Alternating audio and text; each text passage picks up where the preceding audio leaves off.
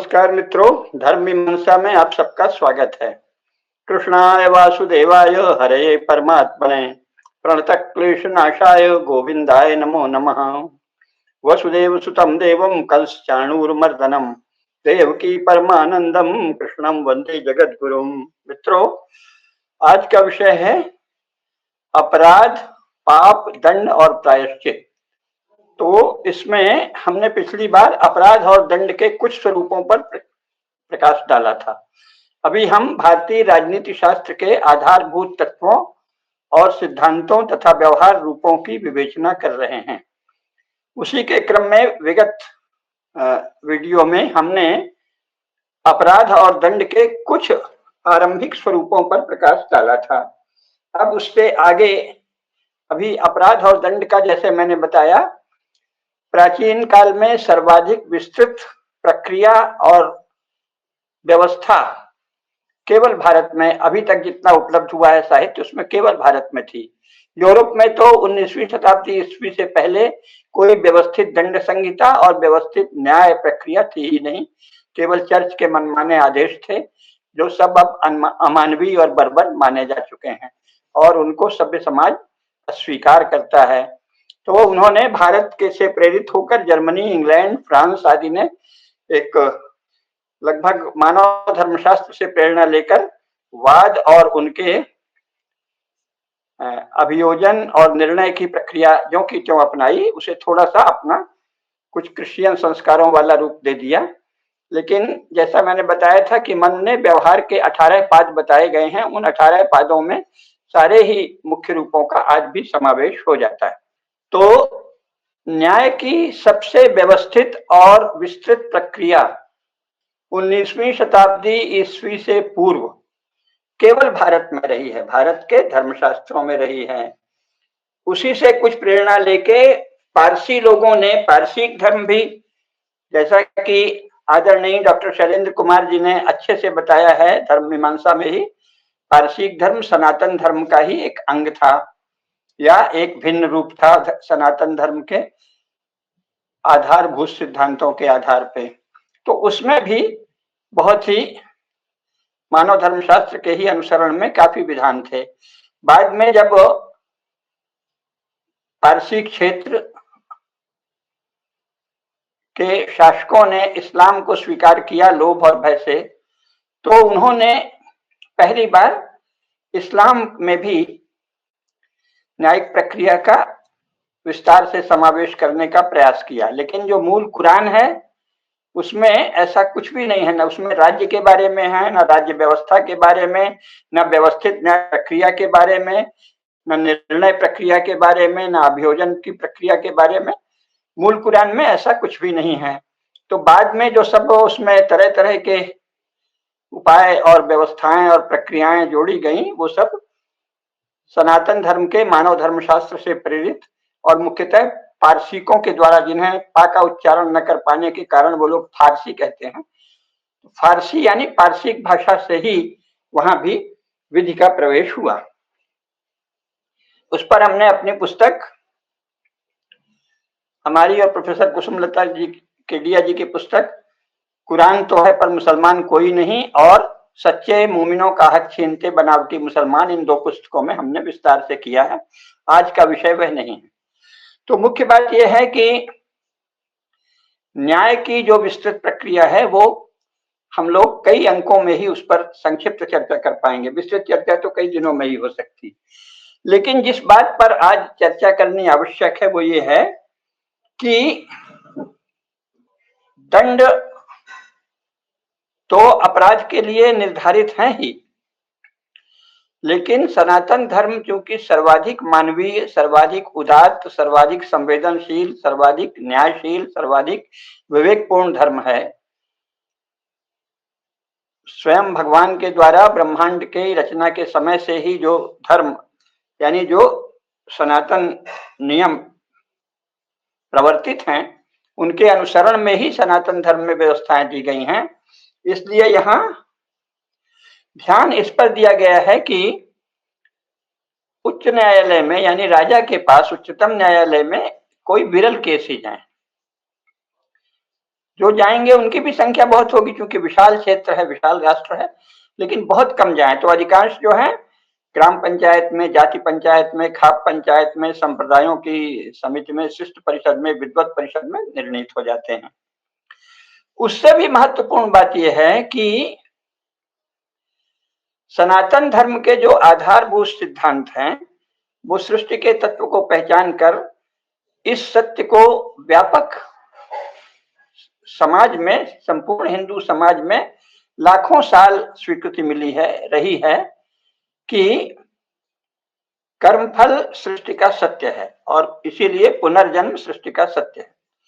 पुनर्जन्म और कर्मफल ये सनातन धर्म की आचार संहिता के मूल में है, और जो जो पुनर्जन्म और कर्मफल को मानता है वो सब सनातन धर्म का ही अनुयायी है। आधुनिक भाषा में कह लें तो वो सब हिंदू ही है। इसी अर्थ में बौद्ध और जैन भी हिंदू हैं, क्योंकि बौद्ध और जैन भी पुनर्जन्म और कर्मफल को मानते हैं। सिख भी पुनर्जन्म और कर्मफल को मानते हैं, इसलिए ये सब सनातन धर्म के ही अंग हैं। इस्लाम में पुनर्जन्म और कर्मफल नहीं माना जाता, क्रिश्चियनिटी में पुनर्जन्म और कर्मफल नहीं माना जाता, कम्युनिज्म में पुनर्जन्म और कर्मफल नहीं माना जाता। तो पुनर्जन्म और कर्मफल ये सनातन की पहचान है। पुनर्जन्म के प्रति दृढ़ ज्ञान और विश्वास ये केवल सनातन धर्म में है।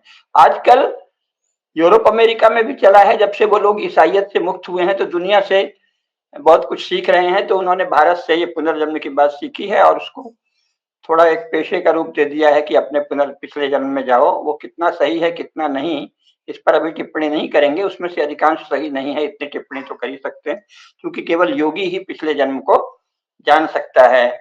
और ये जो तरह तरह की मानसिक प्रक्रियाओं से पुनर्जन्म को जानने का प्रयास है वो मनोरंजक है।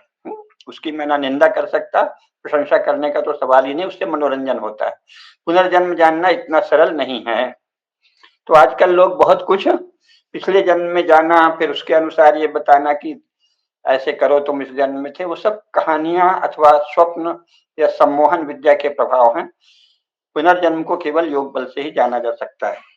लेकिन पुनर्जन्म भी आज का विषय नहीं है। आज का विषय ये है कि हमारे यहाँ नीति और नैतिकता के मूल में है पुनर्जन्म और कर्मफल, और पुनर्जन्म और कर्मफल के मूल में है सनातन नियम, यानी सत्य, रीत, यज्ञ, धर्म। ये सब सृष्टि के आधारभूत धर्म है ना।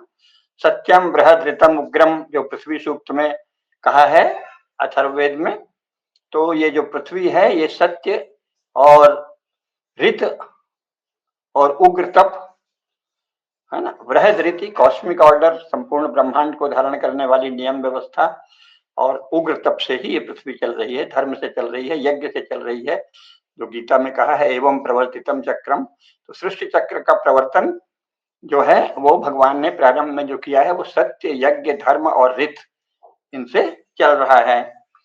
तो एक इसलिए पुनर्जन्म और कर्मफल इसके मूल में है, क्योंकि पुनर्जन्म कोई आत्मा तो अजर और अमर है, इसलिए मृत्यु के साथ देह का विलोप होता है, मन और बुद्धि सूक्ष्म शरीर में और कारण शरीर रूप में रहते हैं, और संस्कारों के अनुसार, कर्माशय के अनुसार अगला जन्म लेते हैं, है ना। कर्माशय से सति मूले तद्विपाको जात्यायुर्भोगा। जाति यानी आपका कहाँ जन्म होगा। जाति जब योग में, जाति योग शास्त्र में जब जाति कहते हैं तो समान प्रसवा जाति ही अर्थ है, अर्थात गो जाति यानी गोवंश जाति, हस्ती जाति, अश्व जाति, मृग जाति, सिंह जाति, इसी प्रकार मानव जाति, मानव की एक जाति, समान प्रसव। जो नर और नारी के संयोग से, नारी के कोख से, नारी के गर्भ से पैदा होता है वो है मनुष्य, तो उसकी एक ही जाति। तो योग शास्त्र के अनुसार मानव जाति है, लेकिन फिर उसी जाति के अनुसार में उपजाति का वर्णन भी करते हैं, किस प्रकार के माँ के, किस प्रकार के पिता के पेट से आप पैदा होंगे, कैसा परिवेश होगा, उस अर्थ में उसको भी जाति कह दिया है। वो जाति का उपांग है। मूल जाति क्या है, मानव जाति। मानव जाति के भीतर तरह तरह के आप कह लीजिए गुण और कर्म के अनुसार विभाग हैं या वर्ग हैं, आचरण के हिसाब से, तो उपजाति उसे कह सकते हैं। जात्यंतर जाति के अंदर के विभाजन है, लेकिन मूल है मानव जाति। और आयु कितनी होगी ये भी कर्माशय से होता है, और भोग आपको क्या सुख मिलेंगे, क्या दुख मिलेंगे, क्या रोग आएंगे, ये मूलतः कर्माशय से निर्धारित होता है। फिर इस जन्म के कर्म भी उसे तय करते रहते हैं, तो वो बढ़ता रहता है। संचित कर्म, प्रारब्ध कर्म, क्रियमाण कर्म आदि विस्तार से योग शास्त्र में वर्णित है, और हमारे सनातन धर्म के सभी अनुयायियों ने कथा में, भागवत में, पुराण में ये सब कहीं न कहीं अवश्य सुन रखा होगा। तो कर्म फल जो है वो आधारभूत सिद्धांत है और पुनर्जन्म सत्य है। इसलिए क्या होता है, मूल ध्यान इस पे दिया गया है कि भाई आपसे यदि कोई दोष हो गया या पाप हो गया, अधर्म हो गया, अपराध हो गया, तो सबसे ज्यादा तो उसका आपके चित्त पर प्रभाव पड़ेगा, अगर आपका चित्त संस्कारी है।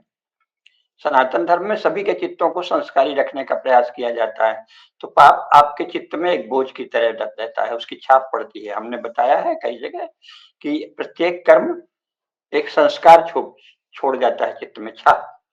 तो पाप से चित्त में जो छाप पड़ती है उससे मुक्त करने का सबसे बढ़िया विधान सनातन धर्म में इसीलिए बनाया गया है, प्रायश्चित। तो अधिकांश जो दोष होते हैं, ऐसे दोष जिसमें दूसरे की कोई हानि अधिक नहीं हुई है, अपने द्वारा कोई एक दोष हुआ है, तो जो दूसरे की हानि हुई है उसका निर्णय तो न्यायालय में करेंगे, लेकिन स्वयं उसका प्रायश्चित किया जाता है। हर अपराध का उससे क्यों किया जाता है प्रायश्चित? क्योंकि उसी से चित्त शुद्ध होता है। प्रायश्चित का क्या अर्थ है? प्रायश्चित बहुत महत्वपूर्ण शब्द है, और वो मनुस्मृति में 11वें अध्याय के श्लोक 47 में जो उसकी टीका की है सबसे पहले कुल्लूक भट्ट ने, उसमें क्या कहा है? प्रायो नाम तपः प्रोक्तम चित्तम निश्चय उच्यते, तपो निश्चय संयुक्तम प्रायश्चितमिति स्मृतम। और इसी प्रकार अध्याय 11 के ही श्लोक 44 में क्या कहा है? अकुर्वन् विहितं कर्म निंदितं च। तो ये क्या है? प्रसक्तश्चेन्द्रियार्थेषु प्रायश्चित्तीयते नरः। तो नर जो है वो प्रायश्चित से, मनुष्य प्रायश्चित के द्वारा अपने को शुद्ध कर लेता है। इसलिए हमारे यहाँ प्रायश्चित का बहुत महत्व है, और प्राय सभी अपराधों और पातकों के लिए प्रायश्चित का विधान है। प्रायश्चित से आपका चित्त हल्का हो जाता है। अगर कोई वित्त संबंधी अपराध है तो उसमें दंड दिया जाता है। अगर कोई अत्यंत महापातक है या गंभीर अपराध है तो और गंभीर दंड, मृत्युदंड तक दिए जाते हैं। लेकिन सामान्यतः है, अगर चोरी है तो चोर को जो चोरी का माल है वो वापस करना होगा, और कुछ साथ में क्षतिपूर्ति भी करनी होगी। ये सब तो पूरी व्यवस्था है ही, जिस पर अपन बाद में बात करेंगे। पिछली बार भी हम लोगों ने कुछ अपराधों पर और उनके दंड पर विचार किया है। लेकिन जो अद्वितीय व्यवस्था है वो प्रायश्चित की है। हिंदू समाज में प्रायश्चित की व्यवस्था है। तो उससे क्या है, अधिकांश लोग पाप की भावना, पाप के प्रति सजगता और पुनर्जन्म और कर्म फल में दृढ़ श्रद्धा के कारण पाप से डरते हैं, अपराध से डरते हैं। क्यों? क्योंकि जो आपने उसके द्वारा लाभ प्राप्त किया है उससे ज्यादा आपकी हानि हो गई है। आपके चित्त की, आपके वर्तमान जन्म की, आपके आगामी जन्म की बहुत हानि हो गई है। तो प्रायश्चित की भावना से उस चित्त को शुद्ध भी करने की व्यवस्था है। और जब ये भावना समाज में रहती है कि प्रत्येक पाप जो है वो हमको केवल राजा के द्वारा दंड उससे नहीं मिलता, बल्कि हमारे जो सृष्टि के विधान है उसके अनुसार भी हमें हर पाप का दंड मिलेगा, तो उसके लिए प्रायश्चित आवश्यक है। तो प्रायश्चित भी करते हैं, और चित्त में ये पता रहता है कि ये पाप नहीं करना चाहिए। तो इसीलिए हिंदुओं की चरित्र का जो सनातन संस्कारी समाज है हिंदुओं का, उसमें इतना कम अपराध देखा जाता है। उसका कारण पुनर्जन्म और कर्म फल के आधारभूत नियमों की जानकारी और प्रायश्चित की सुंदर व्यवस्था है। तो ये भी जानना चाहिए। तो प्रायश्चित से क्या होता है? दंड की संख्या भी कम हो जाती है, अपराध की प्रेरणा कम हो जाती है। ज्यादातर लोग अपराध से विमुख रहने में ही अपनी रक्षा समझते हैं, क्योंकि अगला जन्म भी होना है, कर्मफल प्राप्त होना है। तो पुनर्जन्म और कर्मफल का सिद्धांत, जैसा जयप्रकाश नारायण जो पहले कम्युनिस्ट थे, फिर जब वो संसार का ज्ञान उन्हें प्राप्त हुआ और हुआ, तो उन्होंने क्या कहा? उन्होंने कहा कि जन्मभूमि यानी पुनर्जन्म, आत्मा, परमात्मा, पुनर्जन्म और कर्मफल, इसका जो सिद्धांत हमारी जन्मभूमि हमारे भारतवर्ष में है, उन सिद्धांतों को माने बिना कोई व्यक्ति नैतिक नहीं हो सकता। केवल नैतिकता का दिखावा ही करेगा। नैतिक व्यक्ति वही हो सकता है जो पुनर्जन्म और कर्मफल में तथा आत्मा और परमात्मा में जिसकी श्रद्धा हो। तो इसीलिए हमारे यहाँ ये जो पापों का विचार है ये अपराधों के समकक्ष ही है। और पाप के विचार जब समाज में फैले जाते हैं कि ये पाप है, ये महापाप है, ये नहीं करना चाहिए, तो फिर क्या होता है, अधिकांश लोग पाप से, अपराध से बचते हैं। तो इसके लिए ये आवश्यक है कि करणीय क्या है और अकरणीय क्या है, क्या करना चाहिए, क्या नहीं करना चाहिए, इस पर भी बहुत विस्तार से विचार है।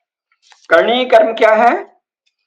समाज में शुभ और कल्याणकारी भावनाओं, प्रवृत्तियों और कर्मों की प्रतिष्ठा करते हैं जो कर्म, उनको करणीय कर्म करते हैं, है ना। कौन से कर्म? जो कर्म समाज में शुभ और कल्याणकारी भावनाओं, प्रवृत्तियों और कर्मों की प्रतिष्ठा करें या उनको बढ़ाएं, उन्हें पुण्य कर्म कहा जाता है। धर्म का पालन पुण्य कर्म है। इसके लिए धर्म का, सामान्य धर्म का, साधारण धर्म का, मानव धर्म का ज्ञान आवश्यक है और साथ ही अपने विशेष धर्म का, स्वधर्म का ज्ञान आवश्यक है ना।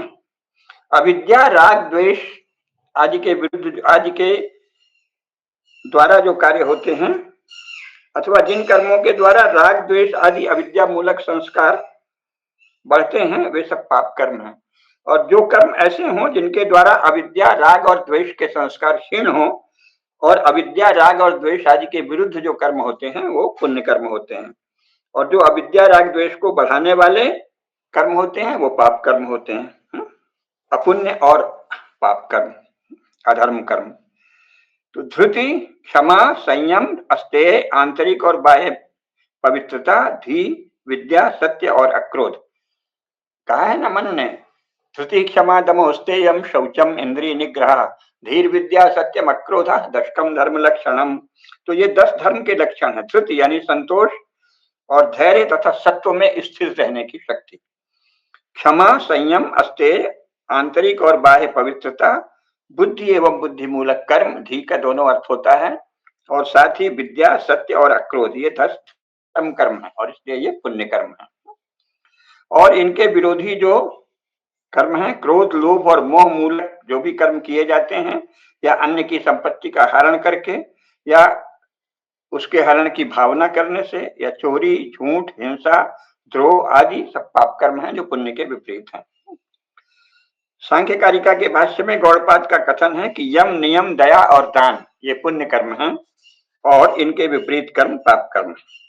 सनातन धर्म में पाप की परिभाषा क्या है ये भी जानना चाहिए। इस्लाम या ईसाइयत में गुनाह और सिन की धारणाएं हैं, वो सनातन धर्म से विपरीत है।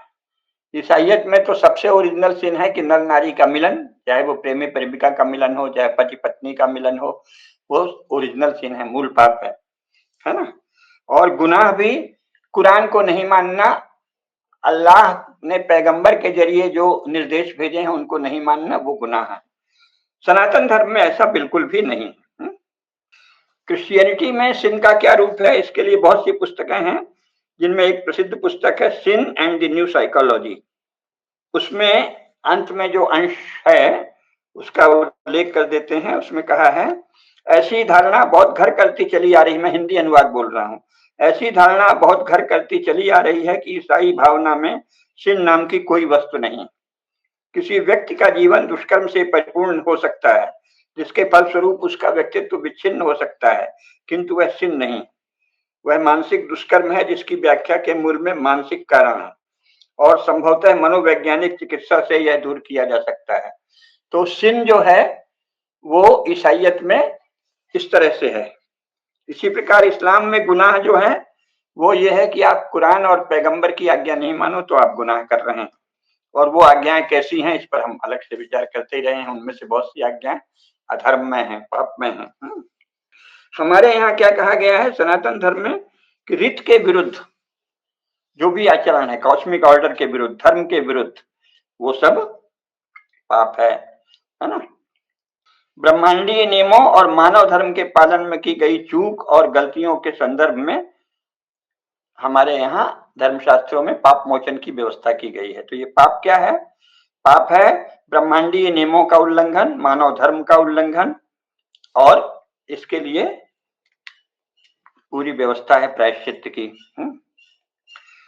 तो प्रायश्चित मूल में क्या हुआ? मन को हल्का करने की विधि है और शुद्ध करने की विधि है, और साथ ही मानव धर्म तथा सुव्यवस्था का भी उसमें पूर्ण विचार है। जिसे अंग्रेजी में कॉस्मिक ऑर्डर कहते हैं, वही रीत है। उसका ध्यान रखकर उसे सदा व्यवस्थित करने में व्यक्ति का अपना योगदान जो होता है, उसका धर्मशास्त्रों में विचार किया गया है। तो हमारे यहाँ अधर्म या पाप क्या है? अधर्म या पाप है सनातन जो ब्रह्मांडीय नियम है, सत्य, ऋत, धर्म और यज्ञ, उनका उल्लंघन पाप है। काम प्रसंग का पाप से बहुत कम संबंध है, जैसा आगे चल के देखेंगे। तो पुण्य और पाप संबंधी आधारभूत विचार का संबंध कि सत्य और ऋत से है। तो असत्य और अनर्थ मूल पाप है, झूठ बोलना और ऋत के विरुद्ध आचरण करना। आजकल तो ऋत के विरुद्ध ही सारा आचरण हो रहा है। देर से उठेंगे, देर तक धमा चौकड़ी करेंगे, रात तक आहार विहार में शुचिता और शुद्धता का विचार नहीं करेंगे, सब अनर्थ अनर्थ जीवन है ना, कॉस्मिक ऑर्डर के विरुद्ध जीवन है। तो और जबकि वेदों में सदा ऋत पर बल दिया है, बहुत से वो हैं, वेदों में बहुत से मंत्र हैं, सूक्त हैं जो ऋत के पक्ष में हैं, विश्व विख्यात हैं। ऋतस्य ही शुरुधा सन्ति पूर्वीर, ऋतस्य धीतिर्व्रजना निहन्ति, ऋतस्य श्लोको बधिरा ततर्द, कर्णाबुधाना शुचिमान आयो। इस तरह से बहुत कुछ है ना। ऋतेन दीर्घम अशुनंत पृक्ष, ऋतेन गावा ऋतमा विवेशु, ऋतम ये मान ऋत सिद्ध लोक, सुष्मस्तुरया उगभ्यु, ऋताय पृथ्वी बहुले गंभीरे, ऋताय धेनु पर में दुहाते। इस तरह से बहुत ऋग्वेद में ये मंत्र है ऋत का। ऋतस्य ही शुरुधा सन्ति पूर्वीर, ऋतस्य धीतिर्व्रजना निहन्ति, ऋतस्य श्लोको बधिरा ततर्द, कर्णा बुधान शुचमान आयो, है ना। इस प्रकार कहा है कि ऋत की कीर्ति ही सब जगह फैली हुई है। तो ऋत का आचरण, कॉस्मिक ऑर्डर का पालन, ये मनुष्य का ब्रह्मांडीय नियमों का अनुवर्तन प्रत्येक मनुष्य का कर्तव्य है। दूसरा क्या है? वेदों में जो पाप के वाचक शब्द हैं वो क्या हैं? वो हैं आगस, एनस, अघ, दुरित, दुष्कृत, अंहस और वृजिन। ऋजु, ऋजु यानी सरल, ऋजु का जो विपरीत है वो वृजिन, या टेढ़ा मेढ़ा चलना, टेढ़ा चलना, टेढ़ा बोलना, झूठ बोलना। सहज होना ऋजुता है, सहज, सत्य, सरल, और इसका उल्टा है वृजिन, उसको भी दोष का। और दुरित जो ऋत के उल्टा है, तो रोज वैदिक मंत्र पढ़ते हैं, विश्वान देव सवितर दुरितानि पराशुभो यद भद्रम तन्नाशुभो, मंत्र पढ़ते हैं ना। विश्वान देव सविता दुरितानि पराशुभो, हे सविता देव, विश्व के देव, विश्व देव, दुरितों को हमसे दूर ले जाओ। विश्वान देव सविता दुरितानि पराशुभो, यद भद्रम तन्न आशुभो, और जो भद्र है, कल्याणकारी है, वो विचार हमारे पास आए। इस पे सनातन धर्म में सदा बल दिया जाता है। तो ऋग्वेद में ये क्या कहा है? सप्त मर्यादा कव्यस्त तक्षुष तासाम एकम इदमभ्यम रोगा। चश्मे के कारण जरा पढ़ने में दिक्कत हो रही है, कोई बात नहीं, इसलिए हम उनको मूल मंत्रों को नहीं पढ़ते, क्योंकि उनका अशुद्ध पाठ अनुचित होगा। तो इसकी निरुक्त में जो व्याख्या है छठे अध्याय में पंचम पाद में 112वें मंत्र में, वो क्या है? सप्त एव मर्यादा कव्यश्च चक्रुः तासाम एकाम अपि अधिगच्छन् नहं स्वान भवति, स्तेयं तल्पारोहणं ब्रह्महत्यां भ्रूणहत्यां सुरापानं दुष्कृतस्य कर्मणः पुनः पुनः सेवां पातके अनुतोज्यम इति। अर्थात ज्ञानी सज्जनों ने, ज्ञानी पुरुषों ने, ज्ञानी महापुरुषों ने 7 मर्यादाएं निर्धारित की हैं। वे 7 कर्म कभी भी नहीं किए जाने चाहिए, उनका उल्लंघन नहीं करना चाहिए। उनमें 7 कर्मों में से एक को भी करना पाप है। 7 कर्म कौन है? स्तेयम चोरी, तल्पारोहणम पर स्त्री के साथ समागम, ब्रह्म हत्या, भ्रूण हत्या, सुरापान, दुष्कृत कर्म, इनको बार बार करना, और 7वां है पाप करने वाले के का साथ देना या उसे छिपाने के लिए झूठ बोलना। ये मर्यादा शब्द है। मर्यादा शब्द भी हमारे यहाँ एक एक शब्द का अर्थ है। मर्यादा क्या है? मर्यादा शब्द का मूल क्या है? निरुक्त के ही प्रथम अध्याय के तृतीय पाद में बताया है, सीमा मर्यादा विशिव्यति देशाविति, अर्थात सीमा ही मर्यादा है ना। हद, आप हद के भीतर, इस्लाम में इसी से हदूद गुनाह पारसिकों ने बनाया हदूद गुनाह, हद से बाहर जाना। लेकिन वो अल्लाह और पैगंबर को दिए गए वही के संदर्भ में, हमारे यहाँ सनातन नियमों के, universal human values, universal cosmic values के संदर्भ में हमारे यहाँ है। ये फर्क है। मूल बात है लेकिन उसको वहां सिकोड़ दिया गया है, केवल पैगंबर और उनके द्वारा जो कुरान उतरी वही उतरी उस तक सीमित कर दिया। यहाँ कहा गया है कि जो सनातन नियम है उनका उल्लंघन, उनकी मर्यादा का उल्लंघन पाप है ना। क्यों? क्योंकि ये मर्यादा दिव्य सत्ता ने निर्धारित की है ना। तो ये ध्यान रखना चाहिए, इन 7 मर्यादाओं का सदा पालन करे। जो इनका उल्लंघन करता है वो पाप करता है। ये फिर पाप के भी बहुत सारे विचार हैं। पाप क्या है, महापाप क्या है, धर्मशास्त्रों में इस पर बहुत विस्तार से विचार हुआ है। पाप की 2 कोटियां हैं, पत्नी एवं अशुचिकर। पत्नी पाप वो हैं जिनसे पतन होता है और जातिच्युत होने की स्थिति आ जाती है। अशुचिकर पाप में हैं जो जातिच्युत तो नहीं करते परंतु अपवित्रता का कारण बनते हैं, है ना। तो पत्नी पाप क्या है? स्वर्ण की चोरी, लांछित करने वाले अपराध, उपेक्षा या प्रमाद से वेद विद्या का पूर्ण ह्रास करना, भ्रूण हत्या, माता पिता या एक ही गर्भ से उत्पन्न संतानों से व्यभिचार, सुरापान, वर्जित लोगों से समागम और किसी अपरिचित की पत्नी से समागम आदि जो हैं वो क्या है? पत्नी पाप हैं, ये पतित करते हैं। अशुचिकर पाप क्या है?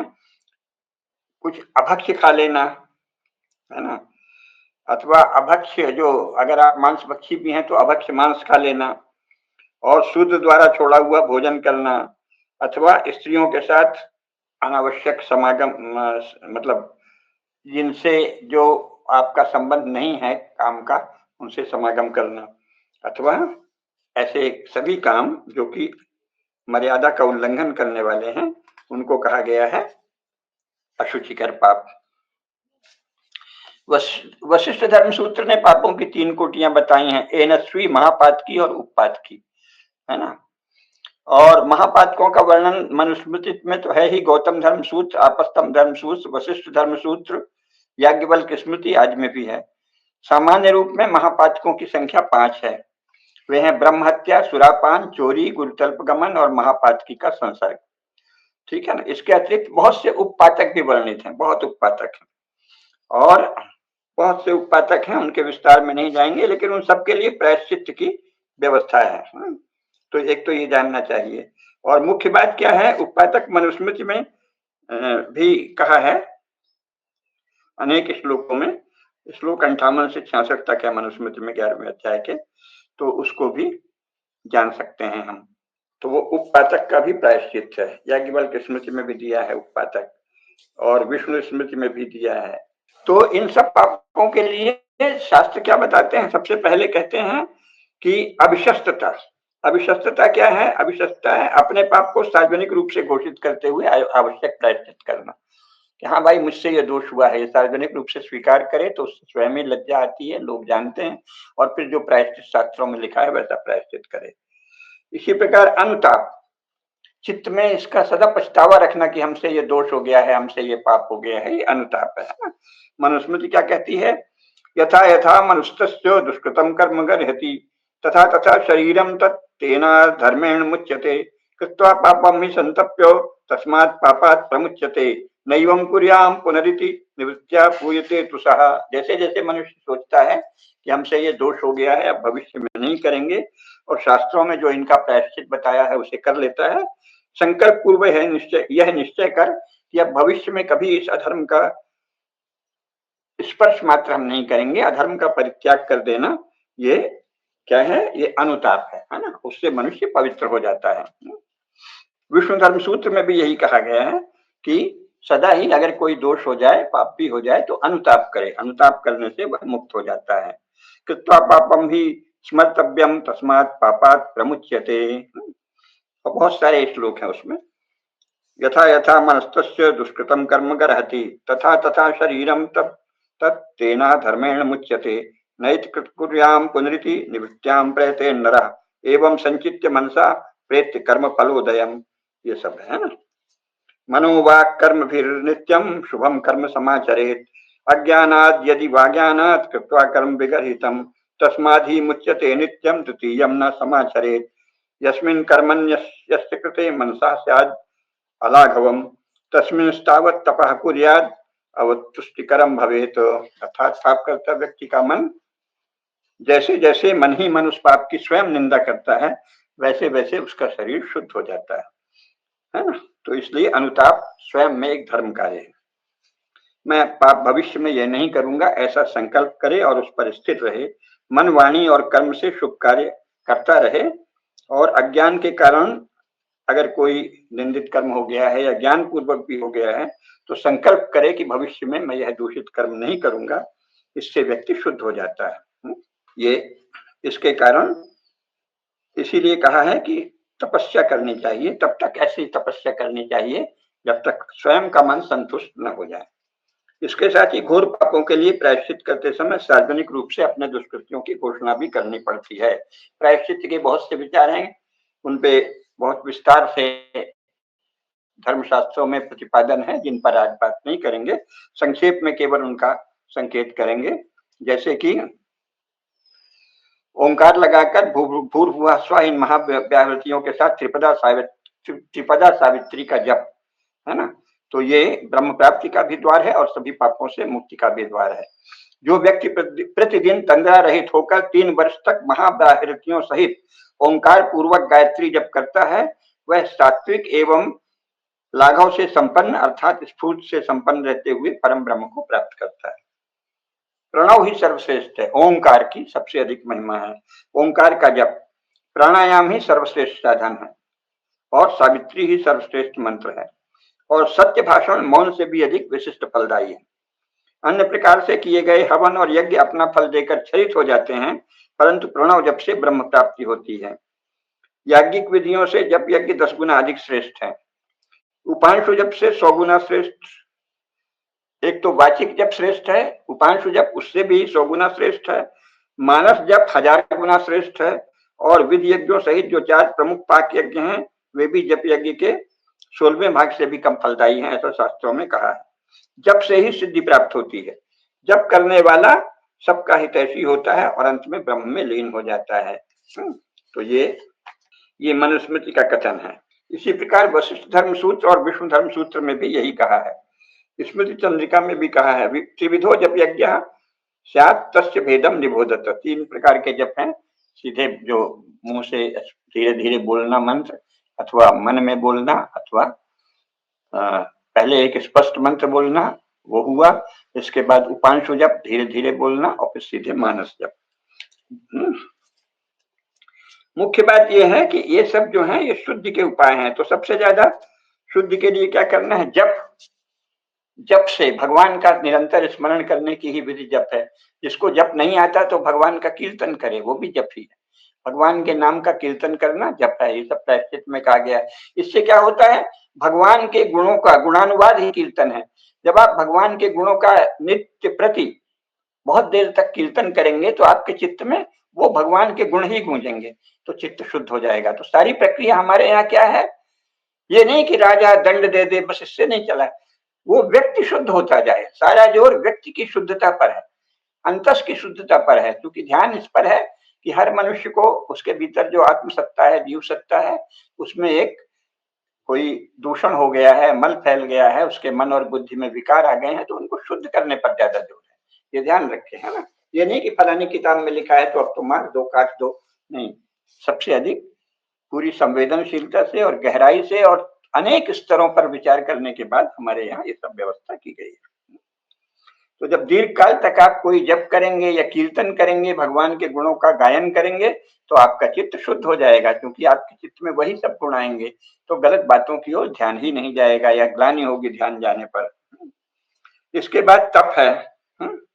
तप से आंतरिक उत्कर्ष होता है और अंतः ऊर्जा का विकास होता है और चैतन्य का प्रकाश होता है, और पापों से शुद्धि भी होती है। ये ऋग्वेद में भी तप की महिमा कही गई है। मुंडक उपनिषद का जो प्रथम मुंडक है, उसके द्वितीय खंड का 11वां मंत्र है, तपा शुद्धे ये युपवस तपा शुद्धे ये युपवसन चरण्ये शांता विद्वांसो भैक्षचर्यां चरन्तः सूर्य द्वारेण ते विरजा प्रयांति यत्रामृतः स पुरुषो यव्ययात्मा। जो तप में लीन रहते हैं वो जो हैं शांत विद्वान केवल भले भिक्षा से ही निर्वाह करते हैं या संयम से जीवन जीते हैं, बहुत ही संतोष से और तप और श्रद्धा से संपन्न जीवन जीते हैं, वे इष्ट और पूर्त कर्मों आदि करने वालों से भी बहुत उच्च स्तर के होते हैं। और वे तप के कारण तमोगुण से रहित और रजोगुणी विकारों से भी रहित होकर सूर्य द्वार से सूर्य लोक में जाते हैं और वे वहां पहुंचते हैं जहां अमृतमय अव्यय अविनाशी परम पुरुष पुरुषोत्तम का निवास है। ये जो पुरुषोत्तम का निवास है किसी देश विशेष या लोक विशेष की बात उतनी नहीं है जितनी कि चेतना के सर्वोच्च और सूक्ष्मतम स्तर पर सर्वव्याप्त परम सत्ता के स्तर की बात है। इस प्रकार तप यज्ञ ये सब शुद्धि के उपाय हैं, प्रायश्चित के उपाय हैं। यज्ञ से भी उच्चतर है तप। तप का मुख्य स्वरूप है ब्रह्मचर्य पूर्वक अहिंसा और सत्य से संपन्न जीवन जीना। कभी किसी के धन के प्रति तनिक सा भी लोभ नहीं रखना, ये सब तप है। और स्नान आदि नियम पूर्वक करते हुए शरीर मन वाणी और व्यवहार से शुद्ध और पवित्र जीवन जीना और समय समय पर उपवास करते हुए जप करना और तप करना, ये सब तप है। मनुस्मृति में भी अध्याय 11 में यही कहा गया है कि तप से व्यक्ति बड़े से बड़े अपराधों और महापातकों से भी मुक्त हो जाता है और शरीर या विचार या शब्द में जो भी दोष और पाप हुए हों वे सब तप से जल जाते हैं। ये मनुस्मृति के 11वें अध्याय में श्लोक 239 से 246 तक कहा है। महापातकिनश्चैव शेषाश्चाकार्यकारिणः तपसैव सुतप्तेन मुच्यन्ते किंची किल्बिषात्तरः कीटाश्चहित पंक्तश्च पशवश्च वयांसि च स्थावराणि च भूतानि जीवम यान्ति तपोबलात्। ये अभी चश्मे के कारण दिक्कत है इसलिए मैं मंत्र नहीं पढ़ रहा हूँ, कोई दोष न हो जाए। सार ये है तप के बल से संपूर्ण जीव उच्चतर दशा को प्राप्त करते हैं और तपस्वी लोग तप से सभी प्रकार के पाप भस्म कर देते हैं। देवता भी तपस्वी ब्राह्मण के यज्ञ से ही प्रसन्न होते हैं और तप तथा प्रायश्चित का विधान भी ब्रह्मा ने तप से ही किया है। दिन पाप यथाशक्ति वेदाभ्यास और पंच महायज्ञ करना तथा क्षमा भाव रखना, उदार भाव रखना, ये महापातकों को भी नष्ट कर देने वाले तप हैं। और अंत में ज्ञानाग्नि समस्त पापों को नष्ट करती है। गीता में भी कहा है ज्ञानाग्नि सर्वकर्माणि भस्मसात् कुरुते अर्जुनो। हे अर्जुन, ज्ञानाग्नि सभी कर्मों के दोष को नष्ट कर देती है, जला देती है। तो प्रायश्चित क्या है? जैसा हमने बताया, प्रायः का अर्थ है तप और चित्त का अर्थ है निश्चय, निश्चय करने वाली सामर्थ्य। तो प्रायो नाम तपः प्रोक्तम चितम निश्चय उच्यते तपो निश्चय संयुक्तम प्रायश्चितम इति स्मृतम। अध्याय 11 श्लोक 47 मनुस्मृति उसकी टीका है ये। तो प्रायश्चित जो है ये, इस पर भी हमारे धर्मशास्त्रों में बड़े विधान है। कब कौन सा यज्ञ करना चाहिए, कब गंगा स्नान, गंगा जल का सेवन, तुलसी सेवन आदि सब बहुत विस्तार से बताया है। तो इससे क्या होता है? प्रायश्चित से समाज में चित्त की शुद्धि पर बल जाता है और अधिक से अधिक लोग पाप से विमुख होते हैं। पाप से विमुखता समाज में एक सामान्य प्रवृत्ति बन जाती है। तो दंड की उतनी आवश्यकता नहीं होती जितना स्वयं व्यक्ति को लगता है कि हम इन पापों से मुक्त रहें और पाप नहीं करें, क्योंकि पुनर्जन्म और कर्मफल सुनिश्चित है। तो एक तो ये जानना चाहिए। तो हमारे यहाँ न्याय की प्रक्रिया में केवल कठोर दंड का विधान नहीं है, वो भी है जो उस तरह के दंड के योग्य पाप है, लेकिन सबसे पहले व्यक्ति का ध्यान रख के ये व्यवस्था की गई है कि तुम्हारा चित्त शुद्ध हो जाए, तुम्हारा मन शुद्ध हो जाए, तुम प्रायश्चित करके हल्के हो जाओ और आगे चल के समाज में शुभ आचरण करो। सदा के लिए उसको दोषी नहीं मान ले, सदा के लिए। और ये भी नहीं कि इतने वर्षों तक हमने जेल डाल दिया, जैसे आजकल चला है एंग्लो सेक्शन लॉ। पहले तो वहां बहुत कठोर दंड होते थे चर्च में, भयंकर। जरा जरा सी बात में हाथ काट देना, पैर काट देना, कांटेदार कुर्सी में बिठा के डुबकी लगाना, शरीर को चीर देना, फाड़ देना, बहुत भयंकर दंड थे, मृत्यु दंड थे, जला देना आदि था। अब वो हमारे ही इन्हीं शास्त्रों से प्रेरणा लेके किया है, लेकिन वो अज्ञान के कारण, धर्म का व्यापक ज्ञान नहीं होने से दूसरी अति में चले गए। अब वो क्या करते हैं, अच्छा इसको 12 वर्ष की सजा है तो ज्यादा सुबह शाम ठीक से रहता है, लड़ता झगड़ता नहीं है, तो 12 वर्ष का दिन रात गिन के 6 वर्ष कर देंगे, फिर और है छूट दे देंगे 3 वर्ष। तो ये सब नहीं है। उसका आचरण देखो तो आचरण का अर्थ ये नहीं है कि वो जब तक जेल में है तो क्या करेगा। इसलिए समाज में ही देखते थे कि इसने प्रायश्चित कर लिया है या नहीं, इसके आचरण में सदाचार आ गया है नहीं, शुद्धता आ गई है कि नहीं, शुचिता आ गई है कि नहीं। ये है, ये नहीं कि आपने पहले तो उसको जेल में बंद कर दिया, जेल में तो उसके पास कोई साधन ही नहीं है, तो वहां भला बन ही जाएगा, तो फिर आपने छोड़ दिया, छूट के वो फिर वही पाप करता है। इसीलिए ज्यादातर अपराधी जेल से छूटने के बाद फिर अपराध करते देखे जाते हैं, क्योंकि ये जो एंग्लो सेक्शन लॉ और उसके अंतर्गत ये जो जेल है, ये तो किसी मनुष्य को शुद्ध नहीं करती। तो शुद्ध के विधान भी हमारे यहाँ जो प्रायश्चित के विधान है उनमें ही निहित है। लेकिन मुख्य बात फिर पहली आ जाती है पाप की। पाप क्या है? तो समाज में क्या करें और क्या नहीं करें, ये अवश्य देखना चाहिए, है ना। क्योंकि अगर आप ये नहीं जानेंगे तो अभी का जो चला है ना, तो हमारे यहाँ सदा क्या कहा गया है, श्रुति स्मृति सदाचार स्वस्यचा प्रियता प्रियमात्मन। श्रेयस्कर कार्य की विधि क्या है? श्रुति। सबसे पहले वेद में जो लिखा है उसका पालन करना। अगर आप वेद नहीं भी जानते तो धर्मशास्त्रों में जो लिखा है, और जो आपके यहाँ परंपराएं हैं, और इसके साथ ही शिष्ट जन जो आचरण करते हैं, सदाचार। सदाचार किसका है? शिष्ट जनों का। जो समाज में सम्मानित जन है, मान्य जन है, वो शिष्ट जन कहलाते हैं। शिष्ट जनों का आचरण ही धर्म का निर्णायक है। और इसके साथ ही ये भी कहा है कि कभी भी जो समाज में प्रचलित परंपराएं हैं, जब तक वो धर्म के, सनातन धर्म के, मानव धर्म के, आधारभूत धर्म के विरुद्ध नहीं हो, तब तक उनका उल्लंघन करने का किसी को अधिकार नहीं है। और राजा को तो खैर कोई अधिकार ही नहीं है कानून बनाने का। लेकिन शुद्ध वेद सबसे बड़े प्रमाण है, उसके बाद स्मृति प्रमाण है, उसके बाद शिष्ट जनों का आचरण प्रमाण है। और जिस समाज में जो रीतियां हैं उनका उल्लंघन दोष कहा गया है कभी भी। ये महाभारत में भी कहा है, मनुस्मृति में भी कहा है, तो इसको जानना चाहिए, है ना। जाति जनपदान धर्मान बहुत प्रसिद्ध श्लोक है, और उसमें शास्त्रों में इन सब पर विशेष विचार है। तो जो परंपराएं हैं, परंपराओं का बहुत ज्यादा महत्व है। ये सदा मनुस्मृति में क्या कहा है? जाति जानपदान धर्मान श्रेणी धर्माश्च धर्मविद समीक्ष कुल धर्मांश स्वधर्मम प्रतिपादयेत्। जाति धर्म क्या है, अर्थात किसी जाति के अपनी क्या परंपरा है, और जनपद का धर्म क्या है। जाति धर्म, जानपद धर्म और श्रेणी धर्म। बहुत से व्यापारियों की अलग अलग श्रेणियां होती थी। उस श्रेणी की जो परंपरा है ना।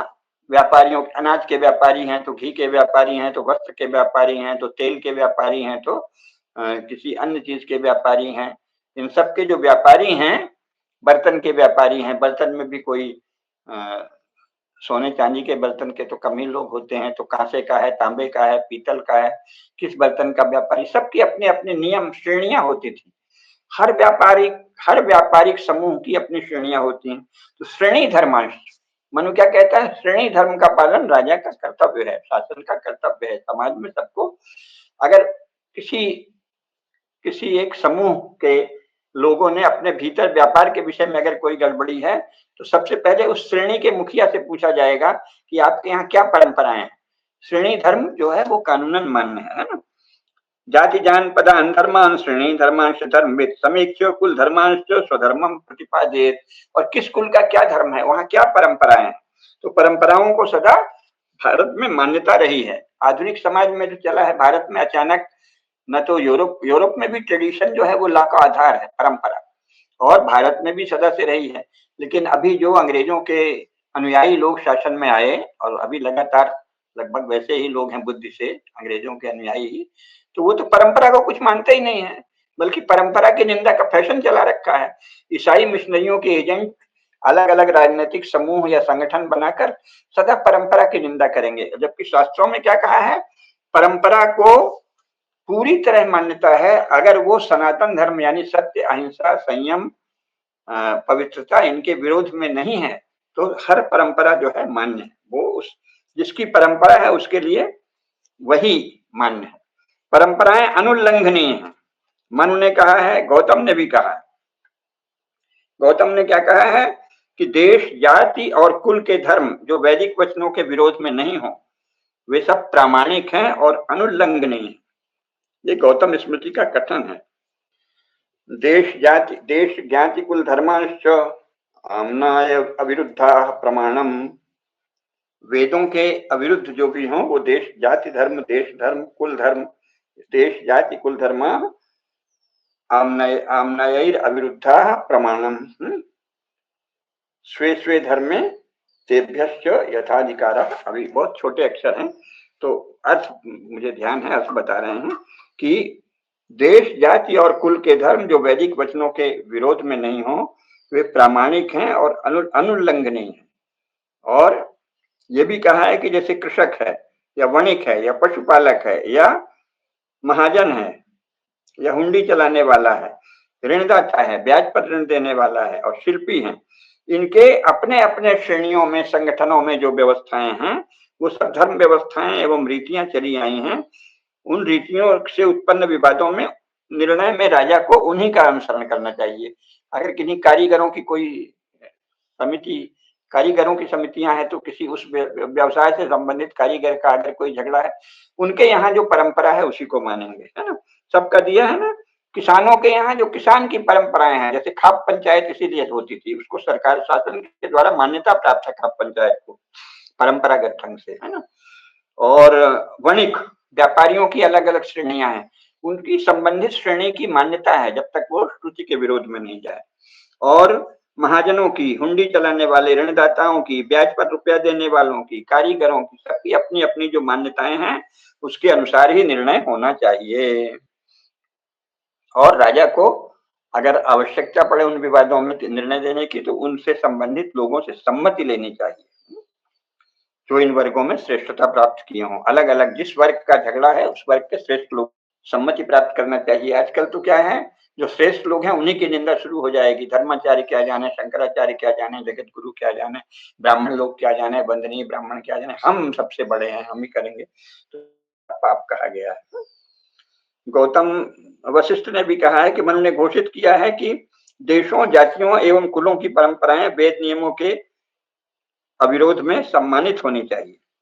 और उन्होंने यह भी कहा है कि राजा को चाहिए कि वह परंपराओं को सदा स्थान दे और चारों वर्णों द्वारा इस परंपराओं का, अपनी अपनी परंपराओं का पालन हो, ये देखना राजा का काम है। इसीलिए बहुत सारी इस पे धर्मशास्त्रों में इसमें बड़ी बारीक विवेचना हुई है कि अमुक जनपद और अमुक जनपद में अलग अलग परंपरा है। तो कहा गया है अगर उस जनपद के निवासी हैं, वो कोई काम करते हैं, तो उनके यहाँ की परंपरा मानी जाएगी। उत्तर भारत और दक्षिण भारत में बहुत से व्यवहार में भेद हैं, तो कहा गया है कि उनके जिसके यहाँ जो परंपरा है उसी को मान्य करेंगे, है ना। और बहुत से है ना कि कई जगह लोग एक ही पात्र में भोजन करते हैं, तो उत्तर भारत में जो सदाचार के, शौचाचार के नियम है, उसमें एक ही पात्र में भोजन करना दूषित है, लेकिन दक्षिण में कुछ लोग अगर करते हैं तो उनको मान लिया गया है कि ठीक है, उनको वो अधिकार है। तो इसमें बहुत विस्तार से विचार है कि जिसके यहाँ जो मान्यता है तो उसको पूरी तरह शासन के द्वारा, विधि के द्वारा मान्य होना चाहिए। और शिष्ट जनों का आचरण, जो समाज में श्रेष्ठ लोग हैं, सम्मानित लोग हैं, उनका आचरण ही धर्म का आधार है। श्रुति स्मृति सदाचार, श्रुति स्मृति और सदाचार। सदाचार क्या है, जो इस शिष्ट जनों का आचरण, जो समाज में श्रेष्ठ ब्राह्मणों, विद्वानों, महाजनों, राजाओं, राजन्य वर्गों, श्रेष्ठ क्षत्रियों का जो आचरण है, श्रेष्ठ शिल्पियों का जो आचरण है, शूद्रों के बीच जो श्रेष्ठ शूद्र हैं उनका जो आचरण है, वही मान्य होना चाहिए। चाहे जो अपने को स्वतंत्र कहे कि हम करेंगे, तो ये हमारे धर्मशास्त्रों के अनुसार दंडनीय अपराध है। महाभारत ने भी कहा है कि ऐसा कोई आचार नहीं है जो सबके लिए समान रूप से कल्याणकारी हो। इसलिए जिसके यहाँ जो परंपरा है उससे संबंधित समूह में उसकी परंपरा को ही आचार का आधार मानना चाहिए। वही इसलिए बहुत से विलक्षण व्यवहारों की टीका धर्मशास्त्रों में टीकाकारों ने उदाहरण भी दिए। जैसे दक्षिण देश के लोग मातुल कन्या से विवाह कर लेते हैं, मध्य देश के लोग जो हैं वो वहां पर कुछ कर्मकर लोग और शिल्पी लोग गाय मतलब मांस खा लेते हैं। पूर्व देशों के लोग मछली खाते हैं और उनकी स्त्रियां भी शिथिल होती हैं। उत्तर की स्त्रियों, एकदम उत्तर में पहाड़ी क्षेत्रों में कुछ स्त्रियां मद्यपान करती हैं और वहां के पुरुष रजस्वला स्त्री को भी स्पर्श करते हैं, उतना भेद नहीं मानते। तो कहा गया है कि उनके लिए वही मान्य है, वही परंपरा मान्य है। इसी प्रकार खस देश के लोग अपने भाई की विधवा को ग्रहण करते हैं। तो ऐसे लोग न तो दंड के अधिकारी हैं और न उन्हें प्रायश्चित करना पड़ता है, क्योंकि उनकी ऐसी ही रीतियां हैं, ये धर्मशास्त्रों में कहा है। कात्यायन ने भी देशों और कुलों के आचारों की परिभाषा दी है और बतलाया है कि कब और कैसे देशों और कुलों के आचारों को क्रियान्वित करना चाहिए। किसी देश का आचार वह है जो वहां प्रचलित हो, सार्वकालिक हो और श्रुति स्मृति का विरोधी न हो। कुल परंपरा विधि से सर्वमान्य है। तो कुल परंपरा वह है जो वंश परंपरा के कुल में उसके सदस्यों द्वारा सम्यक आचरण के रूप में मान्य हो और पालित होता आया। राजा को चाहिए कि वो उस कुल परंपरा की रक्षा करे। एक ही देश या एक ही राजधानी में पूर्व में ग्राम में भी निवासियों के बीच रीति संबंधी विविधताएं हो सकती हैं, सभी धर्मशास्त्रों में लिखा है। तो उनके निर्णय उस कुल की, उस समूह की, उस समुदाय की परंपरागत रीतियों के आधार पर ही होना चाहिए। और अगर उनमें आपस में मतभेद है तो वो शास्त्रों के मतानुकूल निर्णय होगा। राजा अपने मन से कोई भी विधिक निर्णय नहीं कर सकता। राजा को लोगों के विवादों को शास्त्र के अनुकूल ही निपटाना चाहिए। और अगर शास्त्रों का वचन नहीं उपलब्ध है तो उस देश के जो श्रेष्ठ लोग हैं वो बताएंगे कि यहाँ क्या रीति है, तो उस देश के दृष्टि के अनुसार, रीति के अनुसार न्याय निर्णय करना चाहिए। देश के लोगों की जो श्रेष्ठ लोग हैं उनकी सम्मति से जो तय किया जाए वही राजा की मुद्रा द्वारा अंकित करके रख दिया जाए। इस प्रकार की परंपराओं को उसी प्रकार मान्यता मिलनी चाहिए जो शास्त्र द्वारा निरूपित आदेशों को मिलती है। और राजा को सावधानी पूर्वक इस पर विचार करके विवादों के विषय में परंपराओं का पालन करते हुए निर्णय करना चाहिए। ये सब इन ग्रंथों में लिखा हुआ है। तो ये बता रहे हैं कि पहली बात तो परंपरा के कारण आचरण की विविधता सहज स्वीकृत है। कोई एक तरह का समाज हो कि बस यही करो, जैसे कि इस्लाम और ईसाइयत में अलग अलग पंथ सब अपने अपने आचरण पर बल देते हैं, ऐसा सनातन धर्म में बिल्कुल नहीं है। आधारभूत धर्म है जो पहले कहा है, धृति क्षमा दम औस्तेयम शौचम इंद्रिय निग्रह धीर विद्या सत्यम अक्रोधा, इसका पालन सबको करना है। ये सार्वभौम धर्म है, ये साधारण धर्म है, ये मानव धर्म है। लेकिन इसके अतिरिक्त व्यवहार में अपने अपने कुल की, अपने अपने जाति की, अपने अपने क्षेत्र की, अपने अपने देश की परंपराओं का पालन करना चाहिए और शासन का कार्य है कि उन परंपराओं का पालन सुनिश्चित करे। तो एक तो इससे जो दंड प्रक्रिया का क्षेत्र जो है वो काफी कम हो जाता है। जो चला है ना, हर बात में कोर्ट जाओ, हर बात में, और थाना वाला तो कोई कल्पना नहीं थी कि कोई पुलिस का अधिकारी आके रिपोर्ट लिखेगा। थाना क्या है, राज्य का कर्मचारी है। राज्य कर्मचारी जो है वो लोक जीवन के हर कार्य में बाधा डाले, दखल दे, ये तो महापाप है सनातन धर्म के अनुसार। तो ये जो थाना और पुलिस की व्यवस्था है ये धर्मशास्त्रों के अनुसार तो अधर्म में है।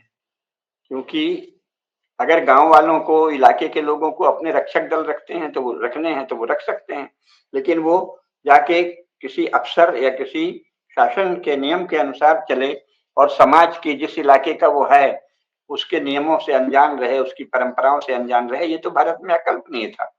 तो इसलिए ये जो केंद्रीकृत कानून के नाम पर थोड़े से लोग जो शासन करना चाहते हैं उनकी चाही गई बातों के अनुसार कानून बने, ये हमारे यहाँ सदा अधर्म में कहा गया है।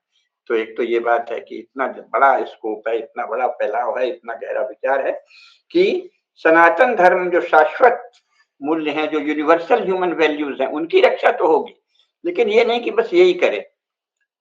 पंडित जी ही भागवत बांटेंगे कि यादव जी ही बांटेंगे कि तेली जी ही बांटेंगे कि कुर्मी जी ही बांटेंगे। वो अगर कुर्मियों में अगर आपके यहाँ ये परंपरा है कि आप ही बांटते हैं तो आप कर सकते हैं। अगर आप कहते हैं नहीं हमारे यहाँ परंपरा है कि ब्राह्मण ही कथा बांटेंगे तो वहां ब्राह्मण ही बांटेगा, दूसरा कोई उसका विरोध नहीं कर सकता। वो विरोध करना भी दंडनीय अपराध है। तो जिन लोगों ने शुरू कर दिया कि नहीं नहीं करना चाहिए तो वो अपना अपने समूह में कर सकते हैं, दूसरे समूह को बाधित नहीं कर सकते। तो ये जानना चाहिए, सदा से है ये परंपरा को पूरी विधिक मान्यता है, पूरी न्यायिक मान्यता है और उस परंपरागत वैविध्य के साथ सनातन धर्म के आधारभूत नियम, यूनिवर्सल ह्यूमन वैल्यूज के आधार पर निर्णय होते हैं। एक जैसा हमने बताया, तो इससे क्या होता है, अधिकांश विवाद तो कुल में, खाप में, ग्राम में, जाति की पंचायत में स्वतः निपटते जाते हैं और जो बचते भी हैं वो शास्त्र और धर्म और परंपरा की मर्यादा में ही उनका निर्णय होता है। दूसरी बात है प्रायश्चित की भावना। जो जन्म जो अपने अपने जन्म गलत भूल गए, जो कर्मफल और पुनर्जन्म और कर्मफल के सिद्धांत के अनुसार जो व्यवस्था है उसमें नैतिकता के सर्वमान्य आदर्शों के अंतर्गत अगर कोई दोष हुआ है तो व्यक्ति स्वयं प्रायश्चित करता है। प्रायश्चित में क्या है, दान है, जप है, यज्ञ है, हवन है, होम है और विविध प्रकार के दान हैं। उन पर अगर कभी विस्तार से बात की आवश्यकता हुई तो कर लेंगे, किस दान का क्या महत्व है। सबसे ज्यादा तो गोदान और अन्नदान की महिमा है, फिर स्वर्ण दान भी है, वस्त्र दान भी है। सभी दानों का बहुत महत्व है। तो प्रायश्चित की भावना से, दान की भावना से और पुनर्जन्म और कर्म फल के ज्ञान के कारण स्वधर्म पालन की भावना से हिंदू समाज में सबसे कम अपराध होते रहे हैं और दंड भी सबसे कम मिलते रहे हैं। उस तुलना में हर बात में राजाज्ञा की आवश्यकता नहीं पड़ती। अगर लोगों में स्वयं ही कर्मफल के सिद्धांत पर विश्वास हो और वो प्रायश्चित करते रहें तो अपने आप समाज शांत और व्यवस्थित होता चलता है। तो भारतीय राजनीति शास्त्र में अनुताप और अभिशस्ता और प्रायश्चित ये सब बहुत महत्वपूर्ण विधान हैं और इनके द्वारा अपराधों की संख्या बहुत कम हो जाती है और न्याय का क्षेत्र बहुत विस्तृत हो जाता है। और आचरण संबंधी विविधता, लेकिन वो सब साधारण धर्म या मानव धर्म, यूनिवर्सल ह्यूमन वैल्यूज के अनुशासन में ही होगा। ये भी बहुत स्पष्ट है। ये अभी हम इस विषय में जो अन्य अपराध हैं जिनमें राजाज्ञा या राज द्वारा दंड दिया जाना आवश्यक होता है, उनके विषय में क्या लिखा है इस पर आगे चर्चा करेंगे।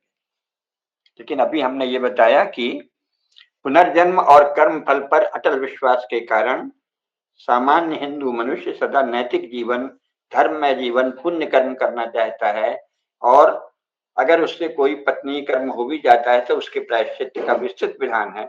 इसके साथ ही कुलों, परंपराओं, जातियों, गांवों, जनपदों आदि की विविधता को देखते हुए बहुत से विषयों में आचरण की विविधता को, परंपरा को, रीतियों को, मान्यताओं को धार्मिक स्वीकृति है, शासकीय स्वीकृति है, राजनीतिक स्वीकृति है। इससे जीवन बड़ी सुगमता से चलता रहता है। तो भारत के विषय में ये सब विशेषताएं जाननी चाहिए। आज इतना ही, शेष फिर कभी। धर्म की जय हो, अधर्म का नाश हो, प्राणियों में सद्भावना हो, विश्व का कल्याण हो। नमः पार्वती पतये, हर हर महादेव।